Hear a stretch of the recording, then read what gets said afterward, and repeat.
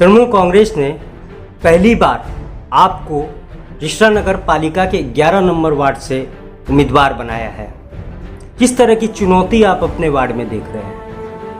नमस्कार, मैं सर्वप्रथम ये बताना चाहता हूँ कि ममता दीदी का मैं अभिनंदन करता हूँ कि उन्होंने मेरे को इस तरह की परिसेवा करने का एक मौका दिया। मैं तृणमूल का सैनिक होने के नाते, सिपाही होने के नाते ये कह सकता हूँ आज के दिन में इस जगह पे मेरे को किसी भी तरह की चुनौती महसूस नहीं हो रही है। हम लोगों ने आम्फन के समय में, कोविड के समय में जिस तरह की परिसेवा मैं हमारे चेयरमैन श्री विजय सागर जी मिश्रा के नेतृत्व में एवं उनके सहयोग से जो परिसेवा हम लोगों ने हमारे वार्ड में की है, उसको देखते हुए अगर हम ये कहें कि अगर मनुष्य और जो जनसाधारण है अगर वो परिसेवाओं को अगर मान्यता देती है या महत्व देती है तो हमारे लिए कोई भी तरह का, किसी भी तरह का कोई चुनौती वाला काम अब नहीं है। जनता आपको अपना जनप्रतिनिधि क्यों चुने? क्या ऐसे काम आपने किए हैं और क्या ऐसे काम करेंगे कि जनता आपको जनप्रतिनिधि चुने? देखिए, हम बहुत गर्व के साथ कह सकते हैं हमारी नेत्री जो कि पूरे राष्ट्र की एक इस तरह की नेत्री है जिसको हर कोई जानता है और जिसने ग्राउंड लेवल से लड़ करके और ग्राउंड लेवल की हर तरह की परिस्थितियों को समझते हुए जो परिसेवाएं, जो तरह के प्रकल्प दिए हैं, उस प्रकल्प को हम लोग हमारे वार्ड में नहीं पहुंचा पाए क्योंकि हम लोगों के यहाँ से हमारा प्रत्याशी यहाँ पर नहीं था।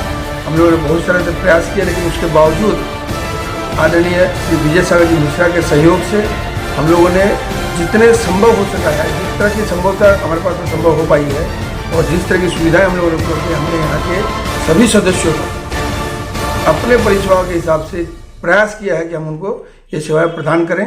हम ये गर्व के साथ भी बोल सकते हैं कि हमारे विजय सागर जी मिश्रा का जो सहयोग हमको मिला है उसके हिसाब से मैं ये कह सकता हूँ कि हमें जो प्रकल्प लाइक मैं आपको बता सकता हूँ कि स्वास्थ्य साथी है, लक्की भंडार है, विधवा भत्ता है, वार्धक्य भत्ता है, इस तरह के ऐसे प्रकल्प हैं। इस प्रकल्प को नहीं होते हुए भी हमने यहाँ पे बहुत सारे सदस्यों को उपलब्ध कराए हैं जिसमें रूपश्री है, कन्याश्री है, जो कि हमें समय समय पर जिनकी भी जो भी आवेदन आया था हमारे प्रशासक विजय सागर जी मिश्रा ने पूर्ण सहयोग किया।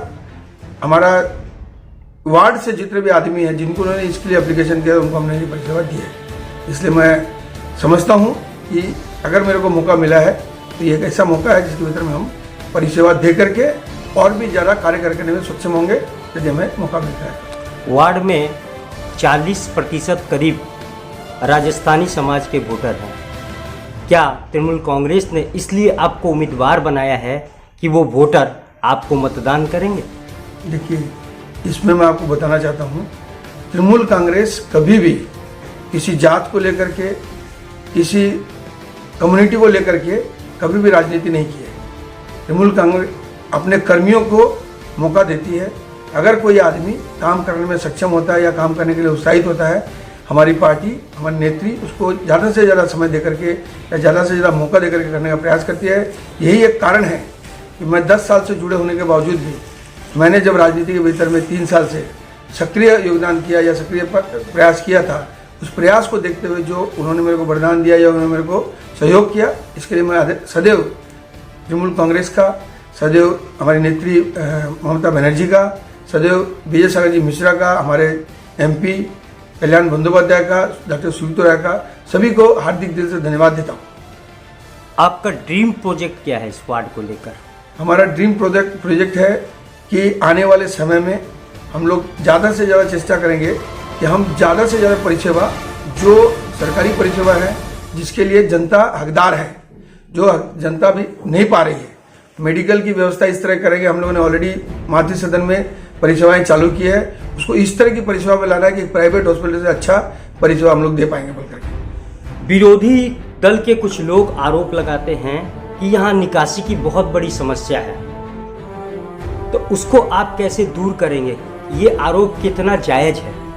देखिए, कुछ हद तक ये है कि भाई इस तरह की परिसेवा में ये जो मतलब व्यवधान है या जो भी है पानी निकलने का जो मैटर है, क्योंकि पूरा पानी जो है एक सिरे से निकलता है।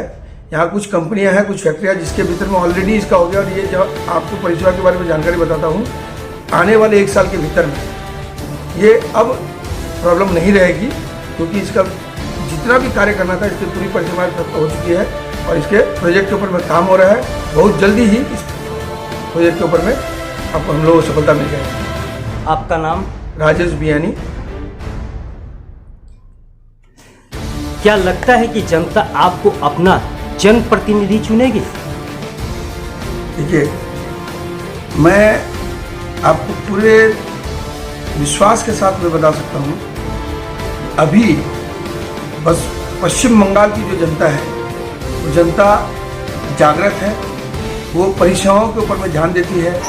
उनका सबसे बड़ा जो है ये है कि अगर कहीं परिसेवा या कहीं सेवा मिलती है तो उसको अपने हिसाब से, अपने विचार से वो लोग उसको एक्सेप्ट करते हैं। इसका एकमात्र अगर रिजल्ट आप देखेंगे, पश्चिम बंगाल में लास्ट जो विधानसभा का चुनाव हुआ, उस चुनाव में इतने सारे प्रोपेगेंडा होने के बावजूद भी तृणमूल कांग्रेस भारी मतों से जीती है।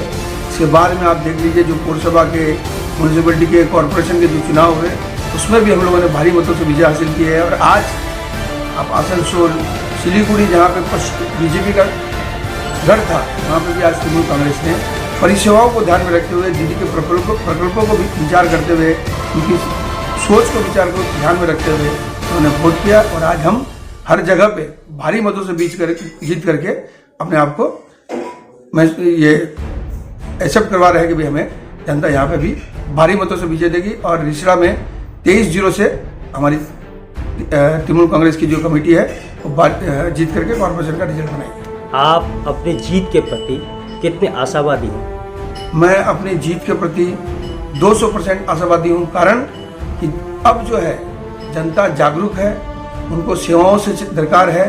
अब वो झांसा में नहीं आने वाले हैं कि कुछ भी हो जाएगा, क्या भी हो जाएगा बोल करके है। तो जनता इस चीज़ पे विचार करेगी कि आने वाले समय में हमको उस आदमी को ही देना है जो हमारे दुख में, सुख में, हर जगह पे, चाहे वो जन्मदिन हो, चाहे मरण दिन हो, जिस पे भी हो, आदमी वहाँ पे उपस्थित हो। उनके रिक्वायरमेंट के अनुसार, उनकी दरकार के अनुसार हम लोग उनको परिसेवा देने में सक्षम हो पाएंगे।